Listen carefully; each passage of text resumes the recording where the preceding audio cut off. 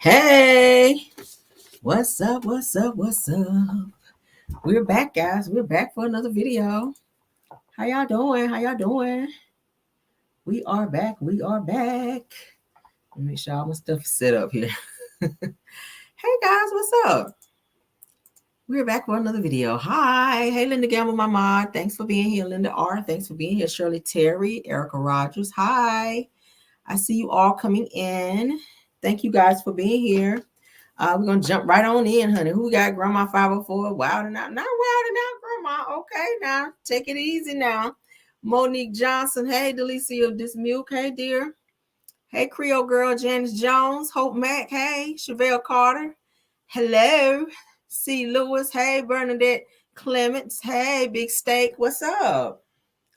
What's up? What's good in the hood? Marsha Phillips, Kalisha Shell, hey, Joyce Spig, Desiree, hi. Hello, PK Joe, Les Moore, T San. Did I miss somebody? Okay, I already said Corlicia Shell. Andrea Kelly, Delilah T. Scroll back up, child, because I thought I missed somebody. Hope Mack, Living with Purpose, Denise Brunson, Creole Girl, hi. Hey, Monique Johnson, hi. Janice Jones, hi. I had to make sure I didn't leave nobody out, child, because I don't want nobody mad during the live, child. Andrea Kelly, hi. Desiree RL, hi. Hello. Thanks for being here, honey. Thanks, love, for being here. Who else we got? Betty Brockington, hi, dear. Frederice, thanks for being here. Thanks for being here, Myra. I'm sorry if I said it wrong. Hi, Doris Leak. Hi, Flower Bloom. Hi, Auricula. Did I say that right? Auricula. F, hi. Deboria Banks, Cookie Wookie. All right, Cookie Wookie. Tamitha Clemens, hi. Cassandra D, hi. Hi, Iris Patterson, Iris Patton. Damn, why I want to rename folk today? Hello, dear. Thanks for being here. Hi, Mary Willis, Valerie Owens, Desiree RL. I think I said before, but hello again. Babette Brooks, hi. Hello, Gail Owens. All right, let's get into the show, guys. I see y'all steady coming in. Everything said in the video is alleged, in my opinion, and is used for fair use and entertainment. Hi, Sabrina Jane. Hi. She said, hey, girly. Hey, energy. Hey, y'all. What's up? Let's get into our show, honey. I was about to say celebrity news is always first. Y'all know I'm still like I'm in Car Chronicles, baby. That's Car Chronicles stuff. All right, let's get into it. I hope y'all had a great Tuesday, honey. I hope you guys had a great Tuesday. Yes, we got some people to talk about. If you guys saw our description, you already know what we're going to be discussing, child.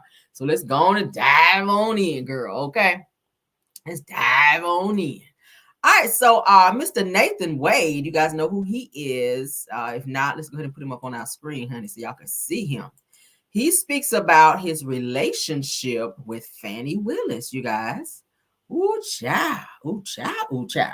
Thanks, baby Brooks, for the super chat, my dear. Okay. Thank you, girl. Thank you, girl. Thank you, ma'am. Let me go ahead and mention. Thanks, Miss Brooks. I'm sorry, y'all. Give me a sec. I like to acknowledge everyone. Thanks, Miss Brooks. Yes, girl. Okay, so as you guys can see, it says that Nathan Wade breaks his silence on controversial workplace romance with DA Fannie Willis. It says that workplace romances are as American as apple pie. It says it happens to everyone. Anybody ever dated somebody that they worked with? Anybody? Y'all can put it in the chat. We ain't gonna clown you. We ain't gonna shade you. None of that. I mean, it happens. You just never know where you're gonna find love. Me personally, I would not want to do that with somebody that I work with, because then if you decide not to be with that person anymore, or you have a bad breakup, then you got to see this person at work. It kind of makes the work environment a little weird, or it could be a little bothersome to be around that person too, depending on how bad the breakup was. So I definitely would not want to do that. Now, I actually know somebody, some people rather, who this guy who was actually married, well, is married. I think he's still with his wife. He was actually seeing this girl at work, you guys, and the shit got real crazy. Seeing this girl at work, and the wife came up to the job with a bat, y'all. I said, what the hell? Dude was sleeping with this girl and everything, and the wife found out about that shit and came to the job with a bat. Security, of course, with my building, you can't get in there because it's like top flight up in that bitch. But like, yeah, security is everywhere at the building I work at. But security was like, yeah, no, I understand your husband work here, but you can't come up in there. You can't come with that's the only thing that saved her ass, baby, because hey, she came up there with that bat ready to Babe Ruth somebody's ass about her husband. I was like, baby, you need to be getting him with the bat, not her. Because she probably didn't even know you existed. Because y'all know most of these guys, they don't be telling people, oh, I got a wife at home. They don't be telling nobody that shit. They go to work, child, and just be out here busting it wide open. We were hearing about people sleeping in like conference rooms, like going in and lock the conference room door. So now we have to like plan, like to like schedule the conference rooms if we're going to use it, because people were going in there and like child bending people over in the conference rooms at work, girl. I said, oh my God, child. Ooh. But let's get on into this Fannie Willis and Nathan Wade thing, guys. All right. So it says that Nathan Wade, the former special prosecutor in the Georgia election interference case against former President Donald Trump, why am I saying Donald Bush, is speaking out for the first time about his relationship with District Attorney Fannie Willis and the subsequent fallout from their workplace romance. All right, says that as we previously reported that Wade resigned from the case following a judge's ruling.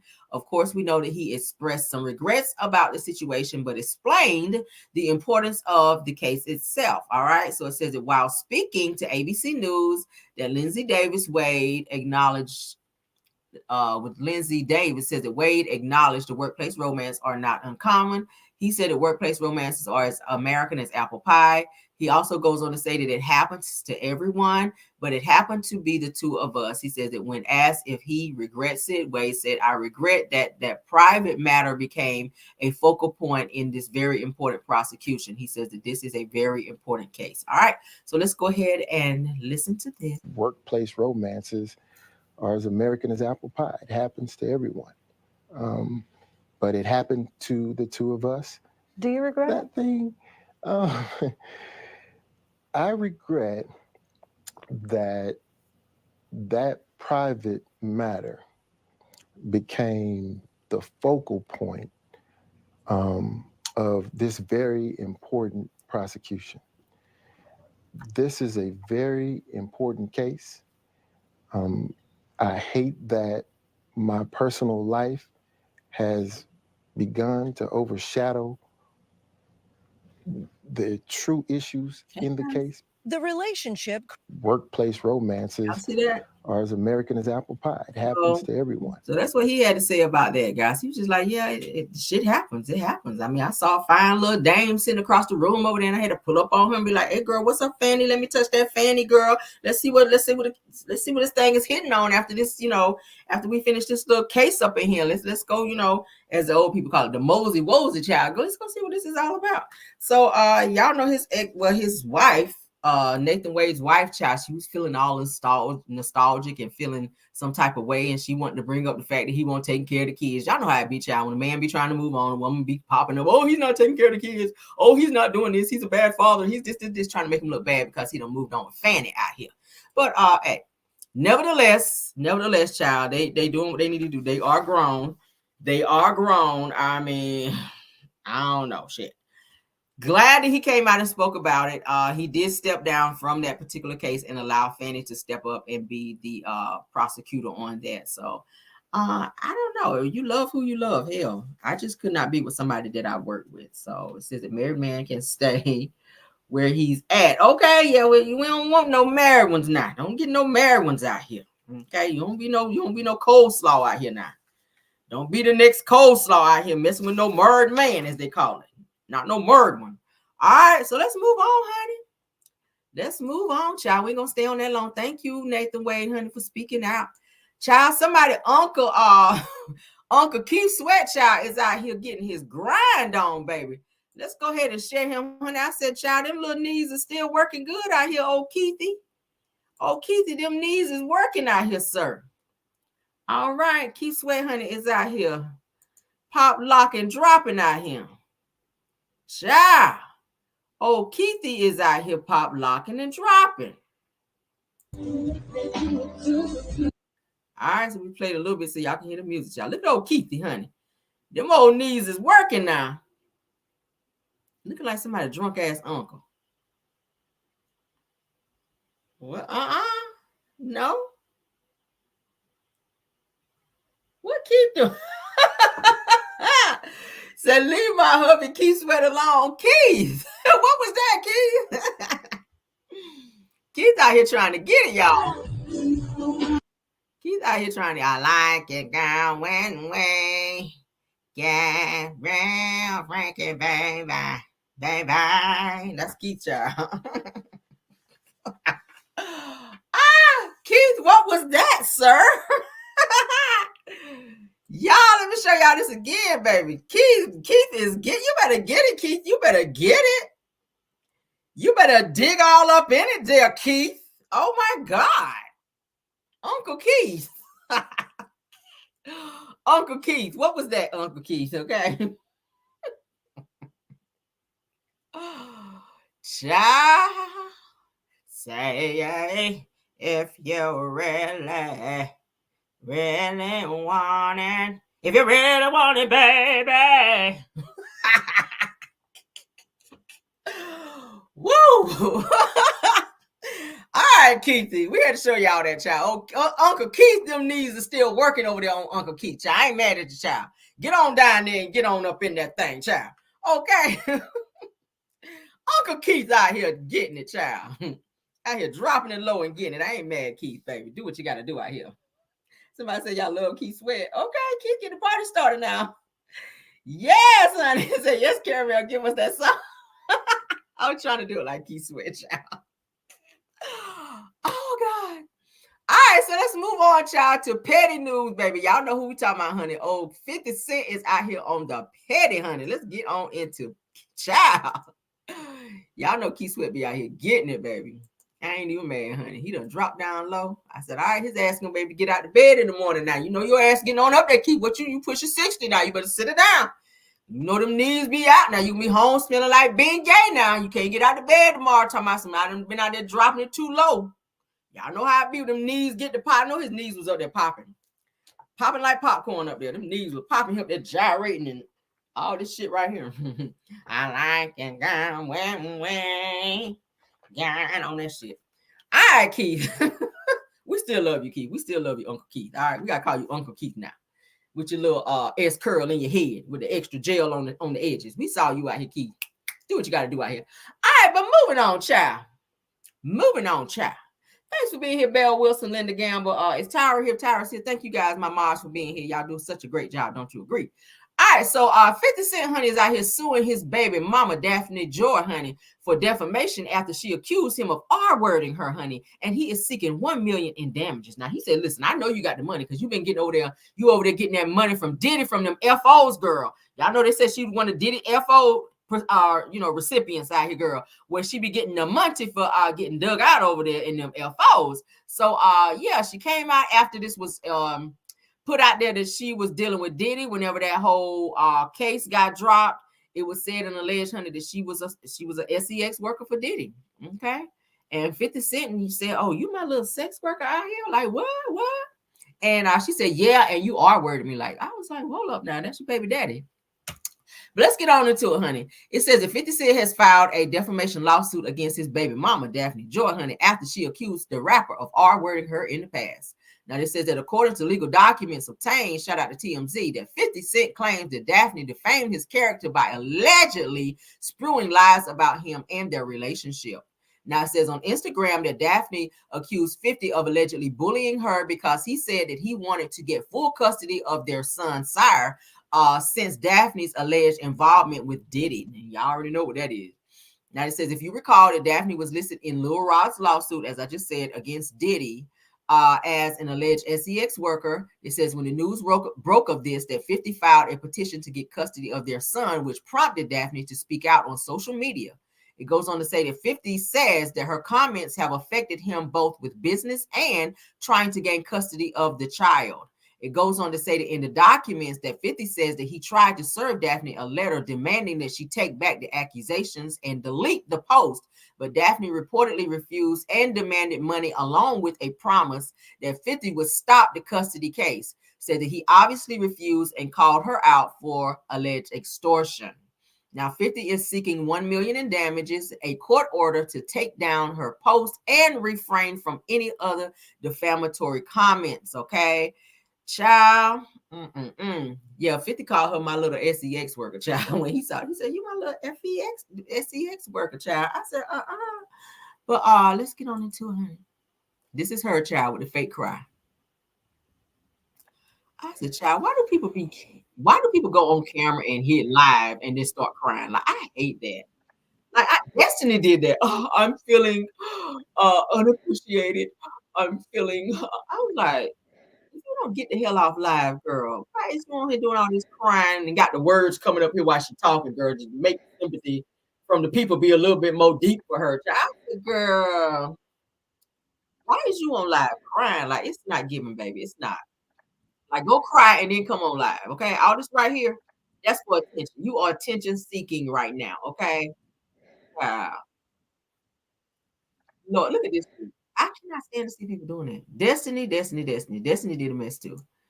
But I ain't about to read all that shit. All right. It says the 50 is reportedly seeking full custody. That's their son. There's Diddy child over there. I told y'all this morning, Diddy trying to be saved out here.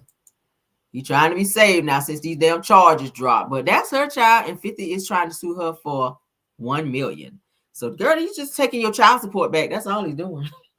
50 just taking your child support back, girl, for a little bit. Okay. All right, let's get on into Pastor Keion, child. Any of his members in my chat, child, because they be going hard for him. I be like, damn, is he breaking y'all off on the side or something? Y'all getting a little something out of collection plate the way y'all be trying to up and come for people for old Pastor Keion up over there? Oh, Sweet Draws over there. Pastor Sweet Draws. They don't like when I say that shit about their pastor, but I mean, he kind of gives a little sweet to me. What's the guy name on Roll Bounce? Sweetness. Pastor Sweetness, okay. Y'all remember the guy that was on the skates that thought he was the shit. Sweetness off Roll Bounce with Bow Wow. Sweetness is sweet. Welcome to the stage. Sweetness. That's Pastor Keion, child. Pastor Sweetness over there. Oh, Sweet Roll. I guarantee you he got on some pink panties, y'all. Under that robe, under them pants, under them slacks, I bet you he got on some pink panties. I bet you. He probably be trying on shiny panties when she be leaving the house, child. He be like, oh, let's see if she gone. She gone. All right. Gone. Pulling them hoes up, standing in front of the mirror. But let me stop, because I know some of his members, child, they be trolling. And I don't put him up in my description, so they gonna be really looking now. I don't give a hot damn. Y'all come over here with that bullshit. Now I cuss out a church member now. Don't come over here with that. Now let me drag your pastor for like 30 seconds. Now y'all leave me alone. Let me drag your pastor. I'm gonna be done. It's not that damn serious now. You ain't had no business telling that woman to shut up in church while you trying to praise the Lord out here. This is why I go to Bedside Baptist and I can holler and do all that. And don't nobody tell me to shut up, girl. The Reverend Pillow is my pastor, and I can yell and do all that here, and don't nobody say shit to me. Yeah, I praise the Lord up in here, child. I do. I can get loud. I get the stomping and all that, child. Girl, yeah, y'all know how they be running the church too, girl. Yes, God, they do, honey. Girl, I get in here and get the running too. I sure will. And don't nobody be like, girl, can you sit down? We ready to go ahead and take up the collection, girl. Now, don't be telling folk to be quiet in church. You don't know what somebody went through all damn week. Some people done had a hellified week and they get to church and all they want to do is just like get that praise out and praise the Lord. Y'all know how it be. When you done had a hellified week and it's just like everything has happened to you and you be like, oh my God, I just cannot wait to get to church. And you get to church and you get up in there praising the Lord and the pastor done told you, shh, hey, shh, be quiet, sit down. That's just rude. So now he's doing this little tour to try to fix his mess where he done hollered it, done told this woman over the mic to be quiet, to shush. He done shushed her, honey, for praising the Lord. Now, they're saying that this woman had been doing this for quite some time, and he says that he spoke to her personally to let her know not to do that, and he checked her ass in church. Anybody ever been checked in church? All right. Y'all know what I'm talking about, the bear. The bear, y'all know what I'm talking about. You done had a hard day at all week. You done had a hard day at the job, wherever. And you just be like, Lord, if I could just make it to Sunday, Lord. If I could just make it to Sunday, I know the pastor going to give me a good word. I mean, it don't even have to be the good word. It could be one of them good old church songs, honey, from the choir. Them songs be touching you. I ain't going to hold you. When I go home to my grandma's church, because the choir be singing, all right? And listen, sometimes them songs will pull you out of a very sunken place. I ain't trying to preach to nobody, but I'm just talking about for me. Like, I can hear certain songs, and it just kind of snatch me out of my feelings. Y'all feel me? Anybody ever been there? And the last thing you want to do is get to church and you get to feel in the spirit or whatever, and somebody trying to quiet you down and tell you not to praise God in that way. Like, everybody praise God in their own way. Some people like to, as they call it, maybe dance or shout. Some people like to be vocal about theirs. Some people like to run around the church. Some people like to, however, some people just cry. When you feel the spirit, some people just cry, you know. Some people just, everybody prays differently. So I don't know why this woman likes to be loud when she prays God. Maybe that's just her way of getting that release out. But he embarrassed her in church. And yeah, those songs will get you. Them songs, I done told y'all. I can name 3 songs right now when I'm feeling a certain type of way. I can cut it on and I feel better. Okay. I feel better. I feel like God just literally came in the room and just something just came over me, and I don't even feel the way I felt before. Okay. Like, for real, for real. What's the song I like? Encourage Yourself by Donna Lawrence. That's definitely a go-to for me. Anything Tamala Man is a go-to for me. I also like, what's my girl? Leandria Johnson, anything from her, because she got a little growl in her, baby. Sometimes it take a little growl when you be going through some stuff, baby. I need to hear some like good singing, okay? Calling My Name, Hezekiah Walker. That's one of my favorites because I used to sing that in church or whatever.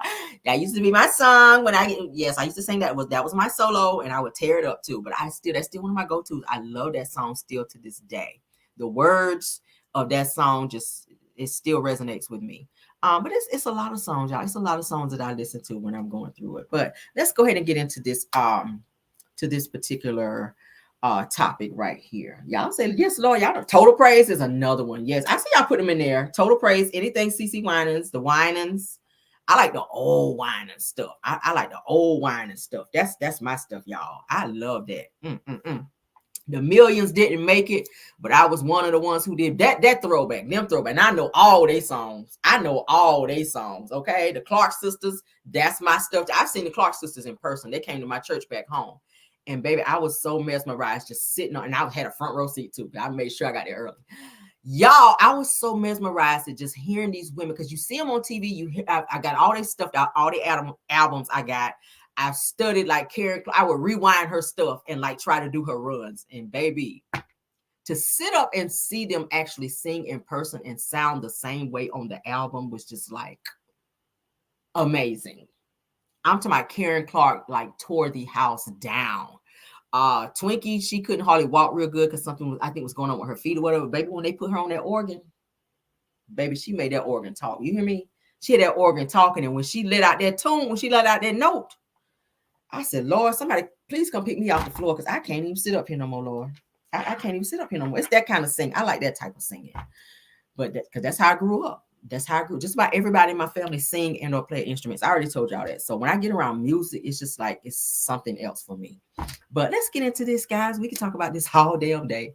Pastor Keion Henderson he speaks on why he told a woman to hush during worship. Okay. Now he says that she's been doing loud outbursts for 4 years now. And he says that I know the difference between disturbance and worship. Look how Shawnee sitting there, because she don't know the difference between none of that. She's a basketball wives girl. Okay. She don't know nothing about that. All right, so let's back it up so we can get it all in its entirety. All right.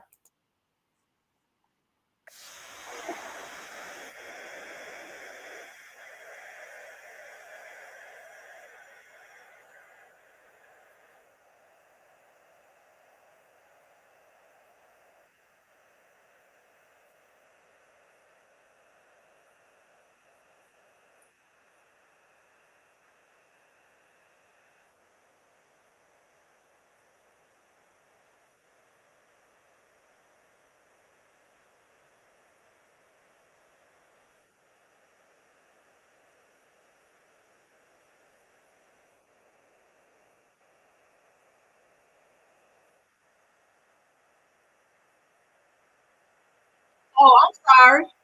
Hold on, guys. I'm sorry. I'm jumping the gun up over here. Damn, your girl forgot to hit share. I'm just sitting there watching like, what's going on? I'm sorry, guys. We're gonna back it up. Let's back it up. I'm sorry, y'all. I'm sorry. Okay, Caramel, sorry. Y'all got me over here talking about church, child. I'm feeling all good now, talking about church and all these songs or whatever. So tell me what happened there. Well, social media is into cuts, not context. Yeah. And every suggestion that I got from every naysayer, I've already done. This is a 4-year battle, right? Oh, this is ongoing. This is ongoing. So I've already talked to her personally. I'd already had ushers go up to her. I've already had prayer warriors. I've had everything. So she did it publicly after being asked not to. What is she? Is she cry? Is an emotional? Well, as a pastor, I know the difference between disturbance and worship. And what people have to understand is that every time you hear a noise in church, it isn't worship. And so there has to be order. For instance, it's okay to applaud in this room right now. But if somebody got up and just started clapping right now, I'm sure somebody would bring order to the room. Yeah. And so what I did is I brought order to the room so people could hear God and not heard. And I'd do it again if I needed to. The video is not the total story. Yeah. So tell me what happened there. Well, social media is into cuts. Okay.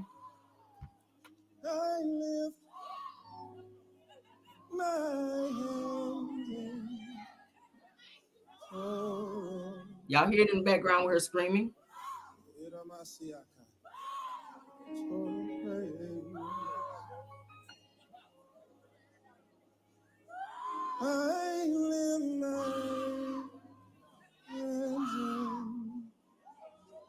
He is loud now. I ain't gonna hold you. Hey. Stop her. Hush, hush. Silence in the name of Jesus. I lift my hands. Y'all see that? The only voice I want heard is his. So praise.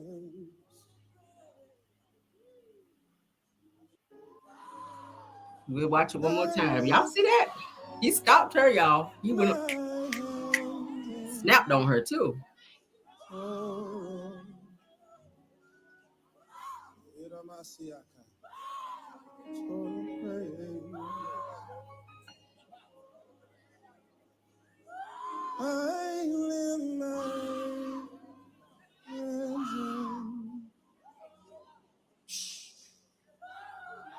Hey.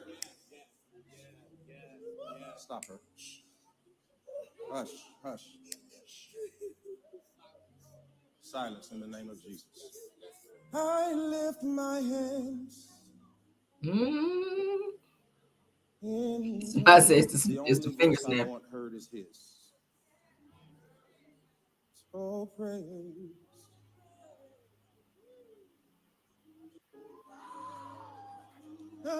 She was loud, y'all. Golly. She was loud now. We're gonna watch one more time. Then we're gonna move on.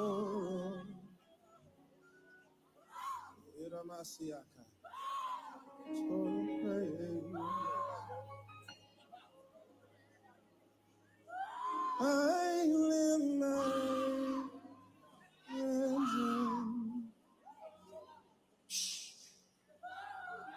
Hey. Stop her. Hush, hush. Silence in the name of Jesus. I lift my hands. Child. They'll say I'm pleading the blood as we watch. Okay. Child, y'all see that? Baby, I know when I used to, back home, when they be having them spirits like that be coming up out of people, y'all. Baby, I have that Bible on my lap, and I have my hand on that Bible like, oh, Jesus, honey, them spirits come up over here. No, Lord. We prayed up over there, honey. Get them spirits up out of here, baby.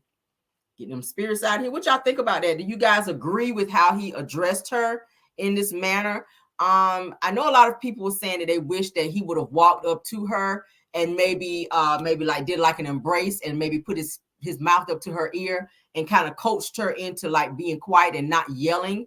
A lot of people were saying that they wish that he would have maybe handled it in that way versus doing a snap. Hey, like a child. They felt like he reprimanded her as she was a child.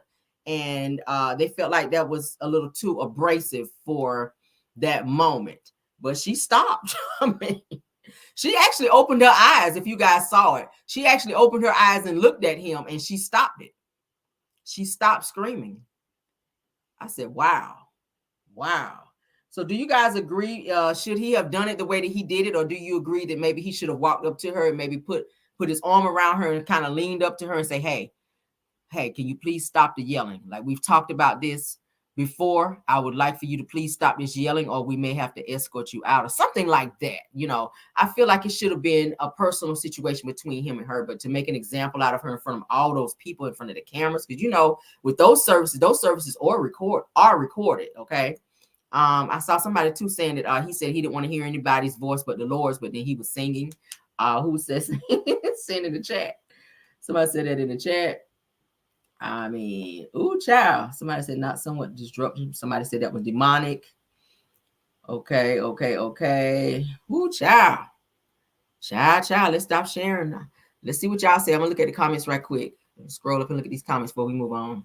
Do y'all think that was a demonic thing? Do y'all think that she was intentionally being too loud, being disruptive? I mean, like I said, everybody prays differently. Some people scream, some people shout, some people run, some people, you know, some people be loud, some people just, everybody have their own way of doing it, honey. But yes, they say the demons do jump, they do. And that's the way we were taught as kids when they're praying for people and they're casting out certain demons. For us, when we were kids and growing up, we were taught to put the Bible on our laps and we would sit and pray. And we would say, you know, like the blood of Jesus or something like that while they're doing that. That's something that we learned as kids. And to this day, I've kept that, and I've taught my son how to pray as well. He knows how to pray. Okay. So he knows about God. He knows how to pray, honey, because this is a praying household. Don't get it twisted. I get on here and act a fool, baby, but I'm very serious about my prayer life. That's definite. I don't walk out the door without saying a prayer before I leave, and I pray over my son and I pray over my husband as well. This is definitely a praying household because that's how I was raised and that's how it will continue. And I'm passing that right on down to my son so that he will know how to pray. Just in case mama ain't there, you still know how to send a prayer on up for yourself. All right, says it nothing to do with who is in charge. Says that his way of handling her is the problem. Then go on national TV, no humility. Okay, Roger Street, I can take that. Yep. I feel like he should have maybe done it in a different type of way versus out publicly where everybody could hear. He could have walked up to her and leaned in and kind of spoke to her in her ear and said, hey, we've talked about this before.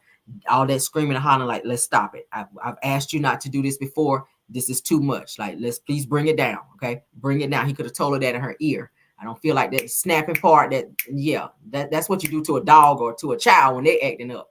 So I don't feel like he should have taken it there. I feel like he was irritated in that moment. Okay, so yeah, I don't know if irritation and being in the spirit works hand in hand. I don't know, but I don't know. Somebody said more personal.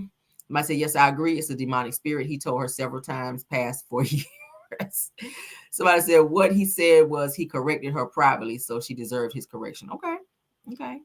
We'll take it. Said I agree because I bet she won't do it again. Les Moore says she won't do it again. Says that no one says she'll tell you how to pray. No one should tell you how to praise. Okay, says that he was hungry and that snap came from. He was ready to go back there and get some of that chicken out the kitchen in the church. I know how they used to sell the dinner after church back there, honey. You get back there and get in line and get that fried chicken and potato salad and greens and stuff like that, macaroni and cheese after church. Somebody said he was ready to get back there on that dinner, honey. He told, hey, stop out there hollering now. I'm ready to get back there and get on that chicken now. Somebody said, I grew up Church of God in Christ, and I remember a pastor making a young girl apologize to the whole church for getting pregnant at 14. Oh, my God, that is embarrassing.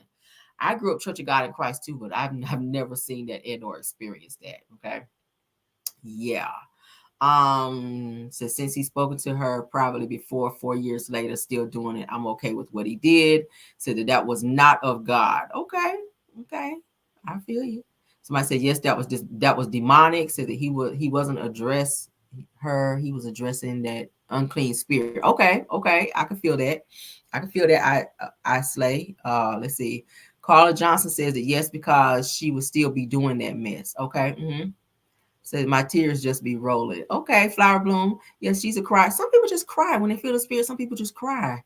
And sometimes it don't take much when you already feeling so full and you going through it. Just any little song, any little thing, and you know when you feel it and you know when it's real. Okay. I don't care what nobody say, baby. You know when you feel it and you know when it's real. Okay. And yeah. So All right, so let's move on. So that food at church was good. I know that's right, Bill, honey. You can smell that, and you can smell the chicken coming from the back, honey. Where them older mothers be back there, honey, dropping that chicken in that grease back there, frying that chicken, baby, with that good old potato salad and stuff. And they always had that good old pound cake and stuff back there too. A good old slice of pound cake after that. What? I remember them days, honey. Oh God, I remember those days, honey. You be ready to get out of church so you can go back there and eat. All right, so let's get on, child, with the show. We got more, child. There is more. There is more. That was another song I like, the one he was singing. Total Praise is definitely a great one, okay?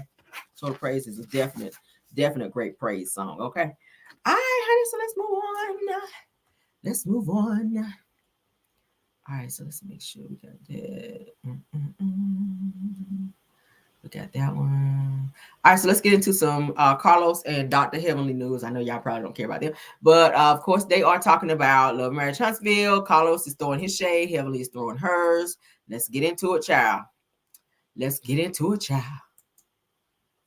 Let's go ahead and get on into it. Ooh, child. Somebody say amen, Miss Karen. Yes, girl, that good old pound cake. Yes, God. So the demons cry out when the Holy Spirit falls because it has to flee. Okay, yes. Come on now. Come on now. Somebody said that lemon pound cake and fried chicken. Yes, God. Okay. Ooh, honey, y'all making me hungry. I tell you how I grew up, and I didn't like pound cake at first because it looked like cornbread, and my grandfather had to coerce me into eating pound cake. Y'all, he was like, just try it. Because my favorite thing to say was, I don't like it. And half the time it would be something I never tried because it just looked weird. My son picked up the same thing, you guys. He does that. I would have him trying to eat something. He'd be like, I don't like it. I'd be like, but you never tried it. I said, oh my God, I so used to do that as a kid. So my grandfather used to make 7-Up pound cakes. You guys, let me tell y'all this, then we're gonna move on. My grandfather used to make 7-Up pound cakes. And he would always tell me, hey, Rail, taste this, eat this. And I'd be like, I don't like it. And it was because it looked like cornbread. But to me, I always thought that cake had like icing on it. Okay. But his would have like that crunch and all that on the top. And like, it would be so good you really didn't need it. But I didn't know at the time it was that good. And he was like, try a little piece. I broke a piece off and I ate it. Y'all, I was like, all this time I've been missing out on this goodness. This 7-Up pound cake. And now every time that he would make one, rest in peace to him, now he's passed away. And I didn't know anybody else except for his sister, my Aunt Helen, who could actually make it just as good as him. And she's still alive. And baby, when I go home, I have to go over there because she make them just as good. But oh my God, y'all, I did not know that I was missing out on such good cake. I love pound cake now. I didn't know I liked it back then because it looked like cornbread. I was like, I don't like it. But I took a piece of that damn pound cake, and now, y'all, I love pound cake. I like it with the icing on it too, but I'll eat it without it if it's made right. Oh my God, it would be so moist, and then it have that crunch on the top. Oh my God. Oh, and I don't eat a lot of sweets, but I'll tear up a slice of pound cake. Damn sure will. Pound cake, wedding cake, I love it. Okay. Oh God, let's get into it. Y'all about to mess me up in here. Rest in peace to my grandfather, honey. Because baby, he used to, honey, he get in there. I don't know a man that can make pound cake like that. Bitch, back to the show, on the show. Well, first of all, on there. Okay, right. So look. She married Destiny's man. Now, this is the gag. I know, but let me explain it to you in the audience. Because this is a very delicate situation, and I can see you getting sweaty thinking about this. Because you allow female producers around Dr. Damon. No, I don't. They don't have his phone number. They be like, Heavenly, why you acting like that? Don't call my freaking man. If you need my man, he's not on payroll. Call me and I see if he can come. Do people act like I be acting crazy, bitch? I'm the only bitch that got good sense, and this is why. They be done suck your man. If your man is sitting in the house and a bitch go down on him, how many men are strong enough to say, bitch, don't do it, bitch, get off me? They gonna be like, stop. Stop. Oh, I told you to stop. Now I told you to stop. Stop. Hold up. Next thing you know, girl. I don't let no. I'm sorry. Call me crazy. Call me insecure. Call me what you want to, but you will not be calling my freaking man. You won't. You won't do that. The producers don't got my man phone number, so that wouldn't have been me, bitch. Ain't no hoes coming in my house without me being here. They don't have the code. You know, they be want to come in early and light up or whatever. No, I hire people to be. My man is not gonna be here. My man at work. Okay, y'all can't come in my house. No.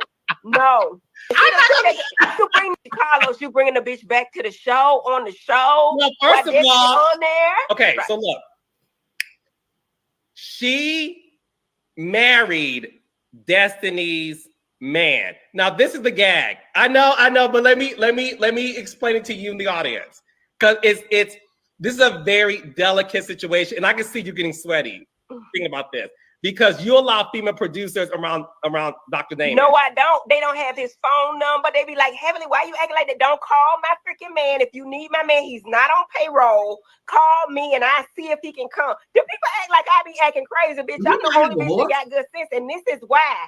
They be done suck your man. If your man is sitting in the house and a bitch go down on him, how many men are strong enough to say, bitch, don't do it, bitch, get off me? They gonna be like, stop.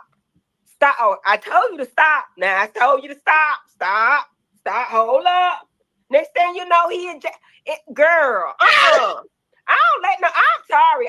Call me crazy. Call me insecure. Call me what you want to, but you will not be calling my freaking man. You won't. You won't do that. The producers don't got my man phone number, so that wouldn't have been me, bitch. Ain't no hoes coming in my house without me being here. They don't have the code. You know, they be want to come in early and light up or whatever. No, I hire people to be. My man is not gonna be here. My man at work. Okay, y'all can't come in my house. No. What y'all think about it? Carlos is so damn messy, okay? And I feel like he set this whole thing up for Sonny and Moses to be on here and to bring Destiny back only for the mess. He knew it was going to bring ratings. Destiny was saying that she feel like the whole thing was set up where Sonny and Moses released that information to the public because nobody actually knew that the two of them were actually dating or married. Destiny was saying she felt like they did it all on purpose to put it out there to say that they were married to, I guess maybe try to one up her or maybe embarrass her. Why she made everything about her, I don't know why, but I feel like it's stupid. Nobody can talk to me or coerce me into coming on a show and arguing with my ex about why he married somebody else. Like, I feel like, Destiny, you are more pressed about this situation with Moses than you were about LeBaric, and you were married to LeBaric. That's weird vibes. Like, you were literally married to LeBaric, and I didn't see you capping for or fighting that hard about your relationship with LeBaric when you were about to lose your marriage, when this man was telling you he wanted a divorce. You acting like you didn't give a damn. But then now Moses, you all in his face like, we were supposed to have a baby, and we were supposed to do this, and we did. I'm like, girl, why you have that energy for LeBaric? He actually wifed you. Moses just actually played with you for 15 years and emphasis on the play with.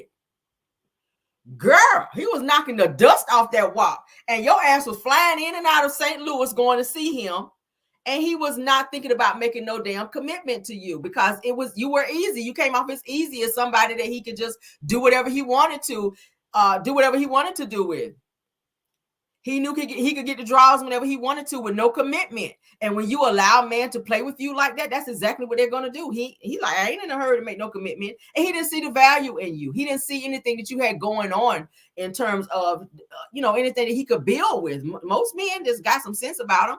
They want a woman that they can build with. If he got his own shit, you got to have yours, and you come together and baby, y'all got a whole bunch of stuff. But if you struggling over here, Destiny, you weren't ready for no man anyway. All your businesses were getting shut down. You were about to be put out of the house from over there with LeBaric. You were going through custody situations with your son. Like, you weren't ready to be in no damn relationship anyway. You ain't ready for one right now. Quiet as kept. You're not ready for one right now. And people be all trying to just be in a relationship when they don't have their lives together. I mean, the whole idea of having a mate is to be able to build with someone and to be happy and to be able to acquire certain and be financially stable. I mean, damn, Destiny, you are more focused on something that makes absolutely no sense, and you allow Carlos to bring you on this damn show and make you look stupid as hell. What do y'all think about this? I think Heavenly is hella very much so overprotective of her husband. I think she don't let her husband have a voice. I think you don't trust your husband, okay? That's what I think. Now, I ain't saying that you should just allow all these women up in your house, but there was another video between the two of them. I want to say it was like part 4, if you guys care, because I can't hardly take them too much, where they were talking about Tisha, because I talked about it this morning. Tisha and Kimmy was saying that they didn't feel comfortable now having female producers working around their husbands because of what happened to Destiny.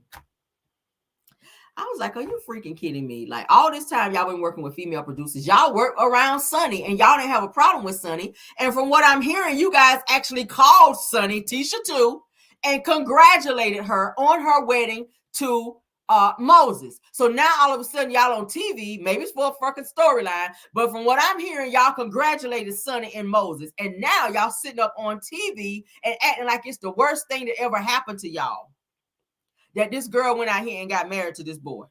All of a sudden now y'all hate her. All of a sudden now that's messed up. She broke girl code. That's what Tisha said on the show. But you told her congratulations. Child.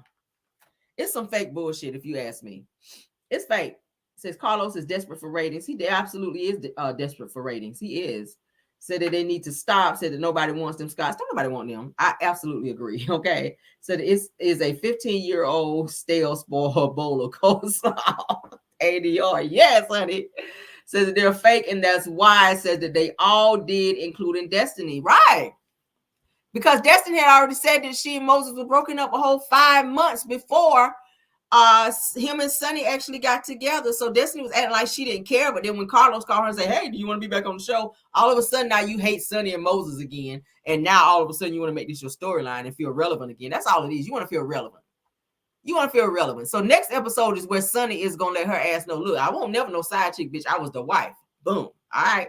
So they're gonna have the little confrontation, honey, the little knockdown, smackdown next episode, where she's gonna be confronting Moses, and she's also going to have a conversation with Sunny as well, and so will Tisha and Kimmy have a sit down with Sunny to vocalize how they feel about the whole situation. I'm like, child, y'all need to go somewhere and stay out of these folk business.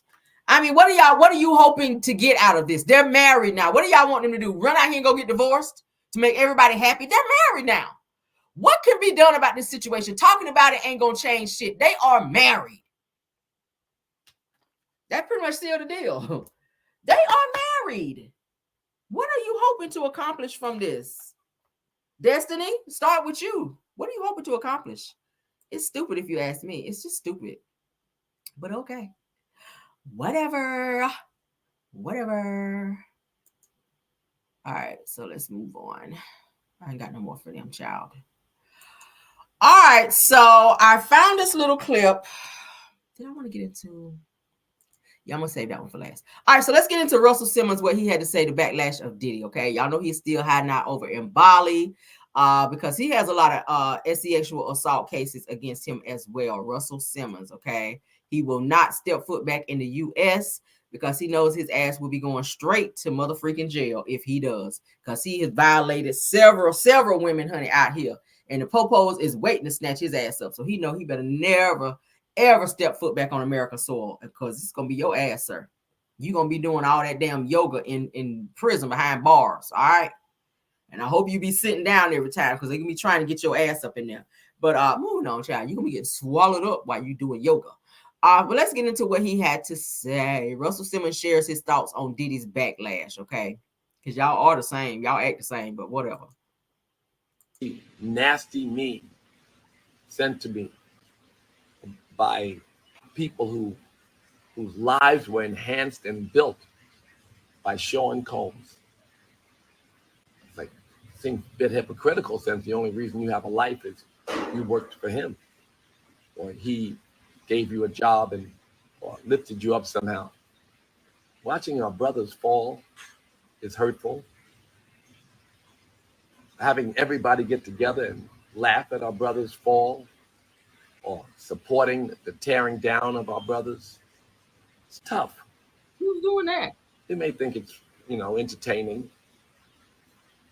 Some of the memes are funny, right? But we have to look up, train our minds to see the good in things and not the negative. If I had a nickel for every nasty meme sent to me by people whose lives were enhanced and built by showing Combs. It's like, it seems a bit hypocritical since the only reason you have a life is you worked for him, or he gave you a job and or lifted you up somehow. Watching our brothers fall is hurtful. Having everybody get together and laugh at our brothers fall, or supporting the tearing down of our brothers, it's tough. They may think it's, entertaining.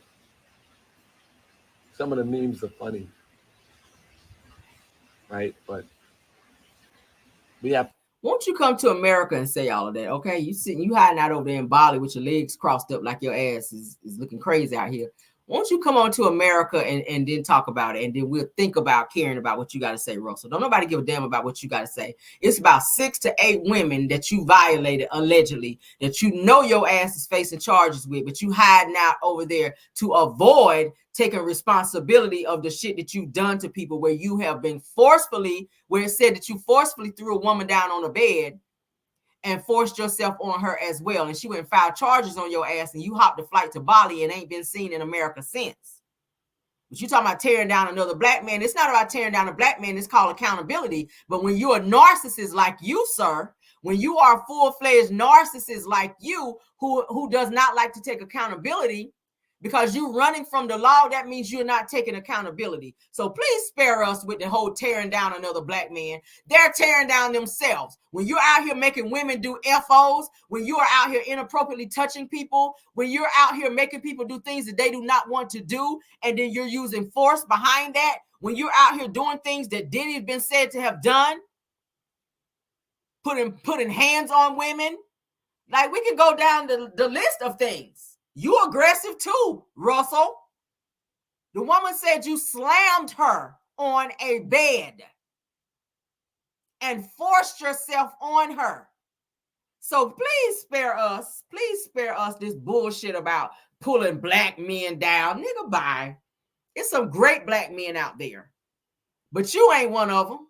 And you won't ever be one of them, because you don't hold yourself accountable for the things that you do. Hiding out in Bali while you violate women, that's not being held accountable. So we don't want to hear anything that you got to say about Diddy and about black men, because you are a horrible black man. And the fact that you are a father and the way that you treat women, you should be ashamed of yourself. You should be ashamed of yourself to be a father and do the things that you've done to women. You are a horrible individual. And that's all I got to say about you, sir. That's all I got to say about you. He knew what to do. He went to Bali because there's no extradition there. So you done took up over there. You got friends, and the usher done been over there to come and see you. Lisa Ray done took her ass over there to see you. He won't come over here. But he got them coming over there to go visit him, because he know as soon as he touched down in the U.S., they're going to snatch that ass up, because there's warrants galore out for him. Oh, they're waiting for him. They are waiting for him. Boy, get out of here. Get out of here. He got some serious issues. But let's move on. He irks me to the end of irktivity, baby. He does. He absolutely does. Okay, let's get into Moniece Slaughter. I never knew she dated Shaquille O'Neal, but she's saying here in an interview, a sit-down interview, that she dated Shaquille O'Neal, and she's saying that he cheated on her. So they said that Moniece Slaughter, honey, from from Love and Hip Hop Hollywood, I think it is, says that Moniece Slaughter says that Shaquille O'Neal allegedly cheated on her with Roxy Diaz. You guys, y'all remember her from BET? And says Hoops. Y'all remember Hoops from Flavor of Love? While they were dating from 2012 to 2016. She says that I was dumped by Shaq, but I didn't even know I was dumped. Well, damn. Shaq got it like that out here. All right, let's go ahead and share screen so y'all can hear Moniece, child. Moniece, I don't think Moniece is wrapped too tight either. I don't think she's wrapped too tight, or if she's even wrapped at all. I don't even know. But let's go ahead and share, honey. She's saying that Shaq broke up with her, and she didn't even know that he broke up with her ass. All right, let's go ahead and play it from the beginning. I didn't know that. Mm-hmm. He did with Carlos King. When? During 2012, on and off, until 2016. She is batshit crazy. She gone. What was that like? A mess. Toxic. Yeah, his birthday's 2 days after mine. And those male Pisces, I'm March 4th, he's March 6th. He's like divorced from Shawnee. Yeah, no, that was not a thing. Yeah. At all. And it was just like, was he cheating on you? Yeah, a lot. And then it was like I was dumped, but didn't know I was dumped until like Roxy Diaz popped up on the internet. And then I was like, oh, okay. And then we got matching tattoos. And then after the tattoo, he was in the Bahamas with hoops. And I'm like zooming in. And I'm like, that's the tattoo. She got it too? No. Oh. Like, but the tattoo was like literally we got the tattoos in like October and November. And then he was like saying to me he was going to let me know like what our plans were going to be for New Year's Eve. And then boom, he popped up in the Bahamas with her for New Year's. So I was like, oh, all right. And then I can't remember. There was like another one after Roxy. And then I was just like, okay. Okay, so clearly this is not like a serious thing. His complaint was always my mouth. But I'm like, it's not really my mouth. You're just mad because I'm like, stop fucking other women. Because did you think you were in an exclusive relationship with Shaq? That's what he said. The fuck? You dated Shaq? Mm-hmm. I didn't know that. What y'all think about that, honey? Y'all know Shaq was like playing them back then, y'all. Y'all know Shaq was playing them. Hell, he was playing Shawnee. He was cheating on Shawnee when he was with Shawnee. He was cheating on Shawnee. He didn't give a damn. And then it was said that Shawnee was cheating with the pool boy, allegedly. Everybody was back there cheating, child. Everybody was cheating. Everybody cheats, as Candy would say, child, but you gotta know when, you gotta know how. That's Candy, honey. Yeah, that's weird. I didn't know the two of them were even messing around. I don't think that was an exclusive situation, though, Moniece. I think that you fall in love way too quickly because you were trying to also date. Well, you did date Rich Dollars from Love and Hip Hop, and you see how that turned out. He's a whole member of the Creep Squad. So why you thought that situation was going somewhere? It's like every man that you attach yourself to. I mean, your baby daddy, Lil Fizz, he done went over there and was dating April, who was Omarion's girl. And you was feeling the whole way about that because you thought you and him still had something going on. You was trying to say, oh, me and him still sleeping together. Like, girl, everybody that you attach yourself to is just toxic as hell. And then it doesn't help the fact that your ass is, crazy. I was going to say borderline, but I'm going to go ahead and say crazy. We take borderline out. Baby, you are gone. You gone. You are gone, baby. Ain't no chairs under your table. The lights is on. Ain't nobody home, girl. You can press the elevator, baby, and it's not going up or down. You are stuck between floors, baby. You are gone. When it comes to the brain, girl, you are insane in the membrane, as the song said. Moniece, girl, please stop doing interviews. Now, a few weeks ago, your ass was on live crying about something, talking about your husband. I didn't even know you had no damn husband. Like, I don't really be checking for you like that to even care. But Shaq is a whole creep out here. Shaq been trying to holler at Ice Spice, the new little rapping chick. The new little rapping chick with the little curls, honey. With the little Richard Simmons curls, the little red Richard Simmons curls. Shaq been trying to holler at Ice Spice, talking about how she fine, how he want to get with her and all that. I said, Lord. But anyway, child. And then, of course, he was with Hoops, who was tonguing down Flavor Flav, which I thought that shit was nasty. I'm still gagging over that. Anybody that kissed Flavor Flav in the mouth definitely need to be getting some tetanus shots because, baby, that's not normal, okay? It just ain't normal. Ooh, that ain't normal. Delicious, girl, you tongue kissed Flavor Flav in the mouth. Ooh, girl. No wonder your life is the way it is. Jesus Christ. Ooh, I just want to throw up sitting right here, but I don't want to clean the shit up, so I'm just hold it in. Let me just, yeah, that's how I feel like doing that. Ooh. But anywho, child, Moniece, girl, give it up, baby. Okay, give it up. You need to give it up. We've had about enough, child. The boy is not yours, all right? Shaq is not yours, child. He is for the streets, obviously. He's just a man. He a nigga from the streets with money, all right? Moving on, child. I'm sorry that you out here getting cheated on or cheated on, as Tisha would call it. Move on, child. Move around, baby. All right. Move around. All right. So, yeah. So I found an article Y'all know Shani is married, child, to Sweetness, Pastor Sweetness, aka Mr. Henderson, okay? Keion Henderson. Now, I found an article where it said that Shani has admitted that she was never, ever in love with Shaq, you guys. Ooh, what y'all think about that? She was with him for a hot little minute. They had about, how many kids they got? About 5 kids or so? They got about 5 kids or whatever. Shani has admitted, baby, that she was not in love with Shaq. She was married to him, but she was not in love. That's what she's saying. Okay. So Shani said that Shani Henderson, honey, noticed the cracks in her marriage to Shaquille O'Neal. That's them, child. Okay. She noticed the cracks in her marriage to Shaquille O'Neal long before their high-profile divorce shook the sports and entertainment world in 2011. Now, they're saying in her book called Undefeated, Changing the Rules and Winning on My Own Terms, released on May 7th, says that Henderson, the creator of VH1's Basketball Wives, delves into the breakdown of their relationship during O'Neal's tenure with the Lakers. She says that I enjoyed those sweet early years being a mother and raising my children. She says that my days were always busy with kids and family, and every now and then I got to travel or enjoy a little of the NBA highlights. She says, but invisibly, she said that my marriage was beginning to crumble. Okay, that's according to Shani. She says, as I've written, she says that it was obvious early on. She says that you know how when you first get sick and the symptoms are mild, she says that you're not even sure that you're sick. She says that that's how things were in the early years. She says I was busy and happy and didn't notice what was going on. She goes on to say that she says, but as the disease progressed, the symptoms became harder and harder to ignore, according to Shani. Now she goes into how they met.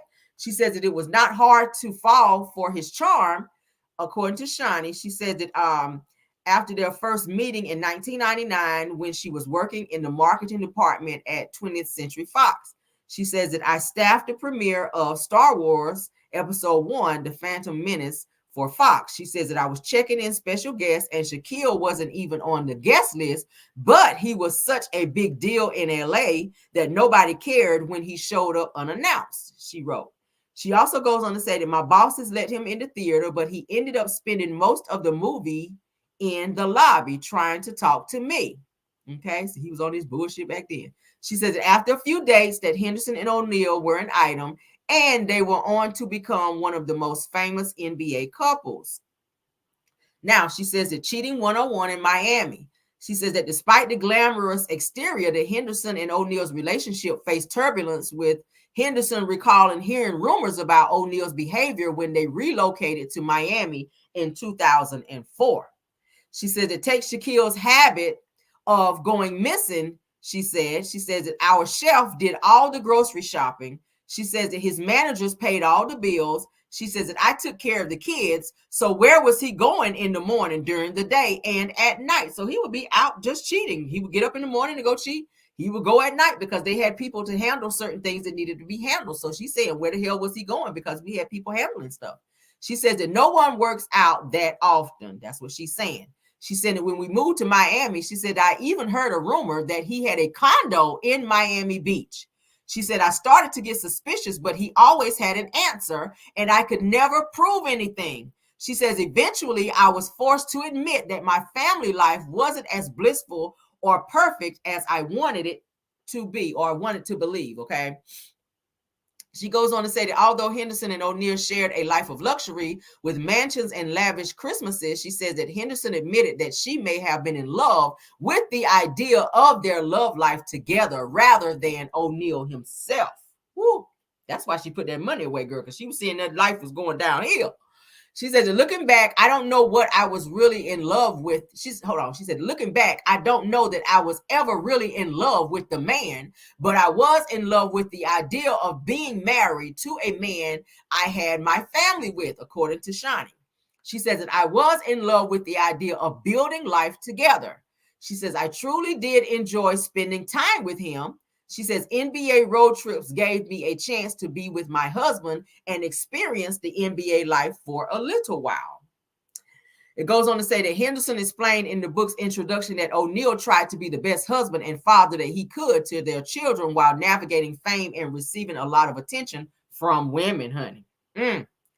She go on to say that he was trying to be a world famous 30-something multimillionaire with thousands of women throwing themselves at him and people in general begging just to be in his presence while being a husband and a father at the same time, according to Shani.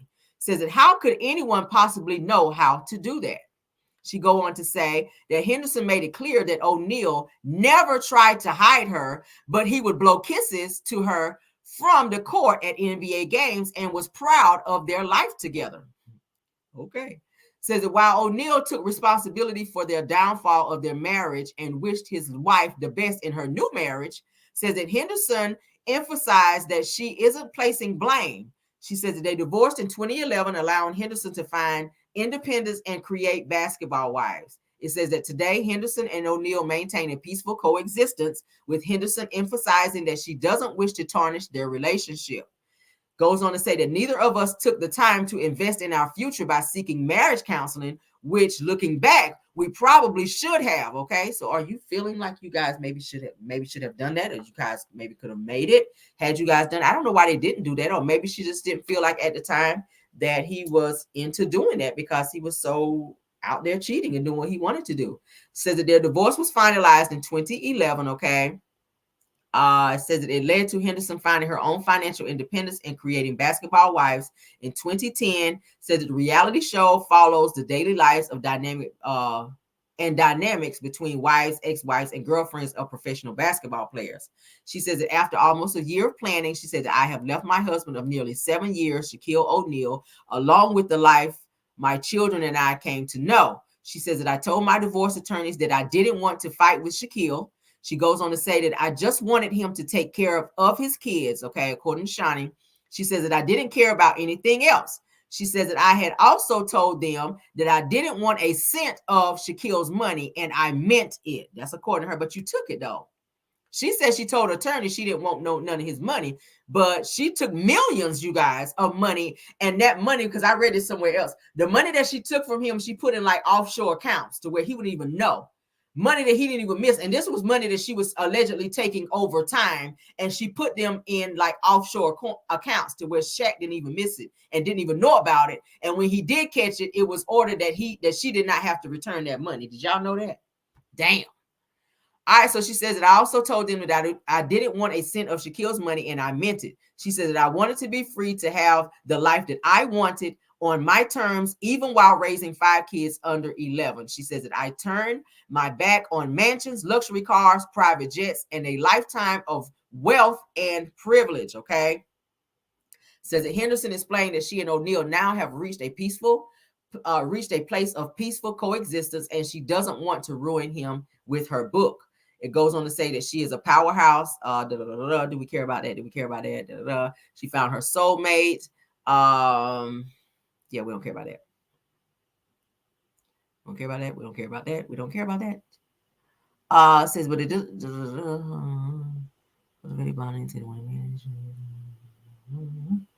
Okay, yeah, we don't care about that because it just goes into some more bullshit.